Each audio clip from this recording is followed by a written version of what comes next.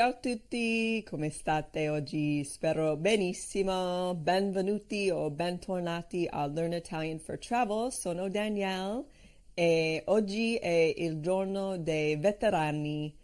So hello everybody, how are you doing? I hope you're all doing well. I'm Danielle with Learn Italian for Travel and today is Veterans Day. And because it's Veterans Day, I wanted to share a story about my Italian grandfather who was born in Italy, but he became a citizen, a U.S. citizen, before he turned 18, and then he was sent to Europe to fight in World War II. So I'm going to share the story of how he and my Italian grandmother met in Luxembourg. And so just as I usually do, I'm going to read it in Italian, and then I am going to translate it into English. I'm going to post the picture on my Instagram, which is Learn Italian for Travel with the number 4, and then I'll write the Italian transcript there. So you can listen to the podcast here for the translation. If you happen to have my book, The ABCs of Italian Travel, I dedicated that book to my nonno, Enzo, and so you'll loosely know the story. I'll give some more details here. So every Veterans Day, I think of him, and I think of all the American soldiers that fought so bravely for the liberation of Europe from fascism. So that's what today is going to be about. And again, check out the Learn Italian for Travel Instagram because you'll see pictures from my nonno back from that time, and also a picture of he and my nonni, Odette. So, ecco la storia, cominciamo.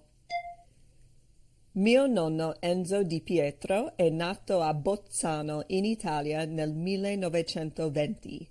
Bolzano è un piccolo paese in Toscana fuori Lucca, se non sapete dov'è. Quando lui aveva solo 5 anni, il suo papà Alfredo si è trasferito negli Stati Uniti per trovare lavoro. Enzo era l'unico figlio ed è rimasto in Italia a Bolzano con la sua mamma Elisa. Ad un certo punto nella sua infanzia, Elisa si è ammalata di tubercolosi. Si è spostata in una stanza da sola per non far ammalare altre persone. Enzo non è potuto abbracciarla o neanche stare vicino a lei. L'ha salutata dalla strada mentre lei lo guardava dalla finestra. Quando Enzo aveva 9 anni, Elisa è morta. Povero Enzo è rimasto senza genitori. Allora una delle sue zie l'ha portato negli Stati Uniti per riunire con Alfredo. Dopo 9 anni, quando Enzo aveva 18 anni, si è arruolato nell'esercito. Erano gli anni della Seconda Guerra Mondiale e allora è stato mandato in Europa per combattere i nazisti. Il primo posto dove è andato è stato Lussemburgo. Un giorno una ragazza italiana è arrivata alla base militare e si è presentata. Si chiamava Odette Giannoni. Ha detto a Enzo che i suoi genitori avevano sentito che Enzo era italiano e volevano invitarlo alla loro casa per una cena.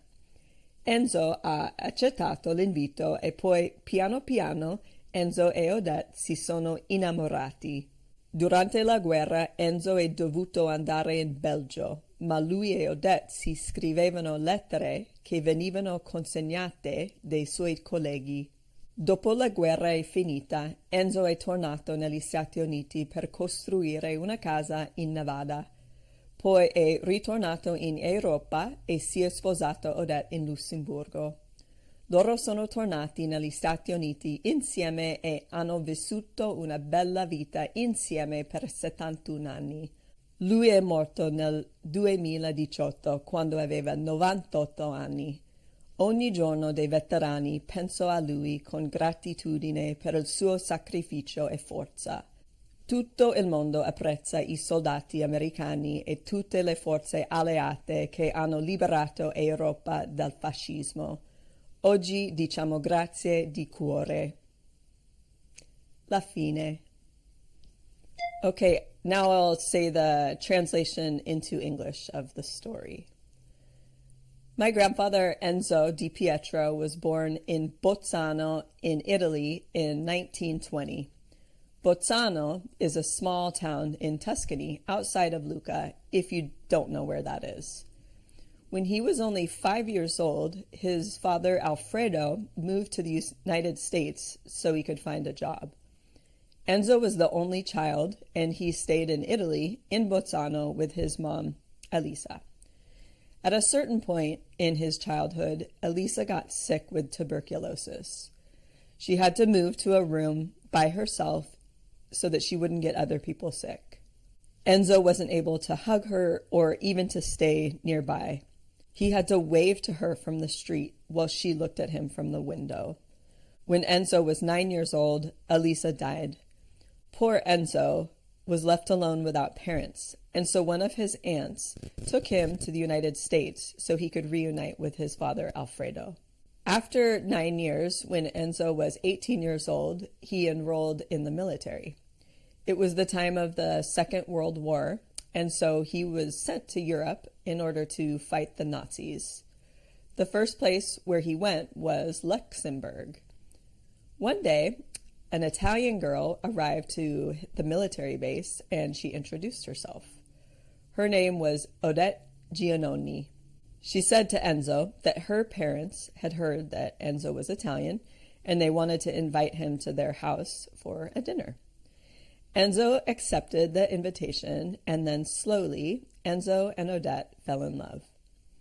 During the war, Enzo had to go to Belgium, but he and Odette wrote each other letters that were delivered by his colleagues. After the war was finished, Enzo returned to the United States so that he could build a house in Nevada. Then he returned to Europe and he married Odette in Luxembourg. They returned to the United States together, and they lived a beautiful life for 71 years. He died in 2018 when he was 98 years old. Every Veterans Day, I think about him with gratitude for his sacrifice and for his strength. All of the world appreciates the American soldiers and all of the Allied forces that liberated Europe from fascism. Today, we say thank you from the heart.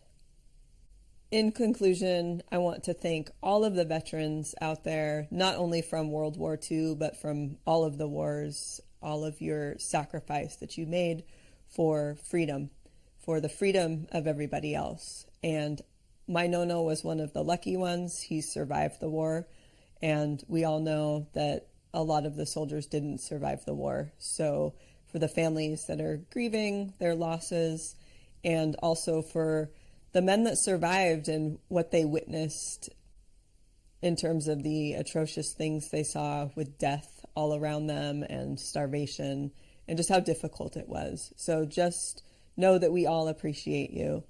And I hope that especially you veterans that are still alive and out there listening, and all of your families, I hope that you have a good day and that you feel good knowing that you've made our country and our world a better and safer place. We all appreciate you. Allora, ci sentiamo fra 2 settimane. We'll be back with another episode in 2 weeks. Statemi bene. Take care. A presto. Ciao.